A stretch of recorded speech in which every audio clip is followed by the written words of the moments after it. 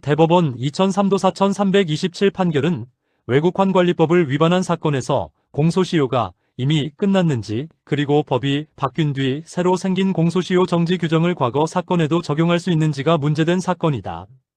이 사건에서 피고인은 1995년과 1996년 사이 미국 라스베가스 카지노에서 거액의 돈을 빌려 도박을 하고 이를 국내에서 변제하는 과정에서 외국환 거래 절차를 거치지 않아 법을 위반하였다. 이후 피고인은 해외에 머물렀고 검사는 2002년에 공소를 제기하였다. 원심 법원은 이 범죄의 공소시효가 5년이므로 이미 시효가 지났다고 보았다. 또한 범인이 해외에 있는 동안 공소시효를 정지한다는 형사소송법 규정은 법 개정 당시 진행 중인 사건에만 적용된다고 해석하여 이 사건에는 적용할 수 없다고 판단하였다. 그 결과 원심은 공소시효가 완성되었다고 보아 면소 판결을 선고하였다. 그러나 대법원은 이러한 판단을 뒤집었다. 대법원은 형사소송법 부칙 규정의 의미를 다시 해석하였다. 법이 개정될 때 부칙은 구법과 신법을 어떻게 적용할지를 정하는데 이 사건의 경우 단순히 진행 중인 사건에만 적용된다는 의미가 아니라 과거에 이미 이루어진 소송행위는 그대로 인정하되 이후 절차에는 새 법을 적용하는 혼합적 방식이라고 보았다. 따라서 비록 이 사건이 법 시행 당시 진행 중인 사건이 아니더라도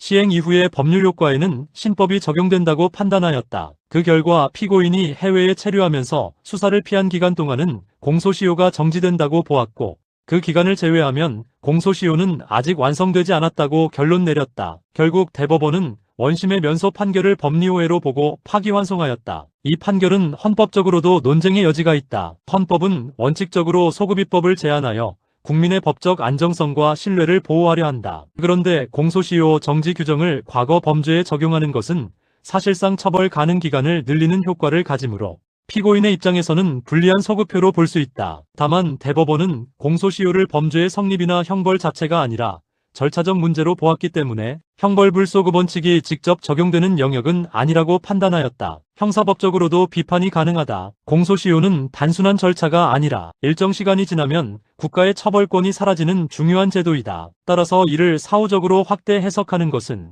형벌권의 범위를 넓히는 것과 비슷한 효과를 가져올 수 있다. 특히 피고인은 시간이 지나면 더 이상 처벌받지 않을 것이라는 기대를 가질 수 있는데 이러한 기대를 깨는 것은 신뢰보호 원칙에 반할 가능성이 있다. 한편 이 판결은 현실적인 필요성도 반영하고 있다. 범인이 해외로 도피하면서 시효를 넘기려는 경우까지 그대로 인정한다면 공소시효 제도가 오히려 범죄자에게 유리하게 악용될 수 있기 때문이다. 대법원은 이러한 점을 고려하여 공소시효 제도의 취지를 국가가 처벌할 수 있었음에도 불구하고 방치한 경우에 한정하여 이해하고 도피 상황에서는 시효가 정지된다고 본 것이다. 법의학적